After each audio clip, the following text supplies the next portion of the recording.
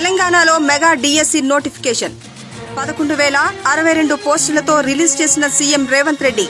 అధికారంలోకి వచ్చిన 75 రోజుల్లోనే 6,000 పోస్టులు అదనంగా చేర్చి మెగా డిఎస్సి ప్రకటించిన కాంగ్రెస్.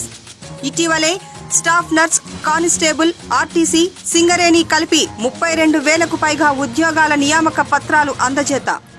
వరుస జాబ్ నోటిఫికేషన్లు, నియామక పత్రాల అందజేతతో యువతకు ఇచ్చిన మాటను నిలబెట్టుకుంటున్న కాంగ్రెస్.